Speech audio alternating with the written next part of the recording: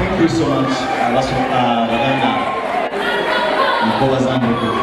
Thank you so much for that wonderful performance.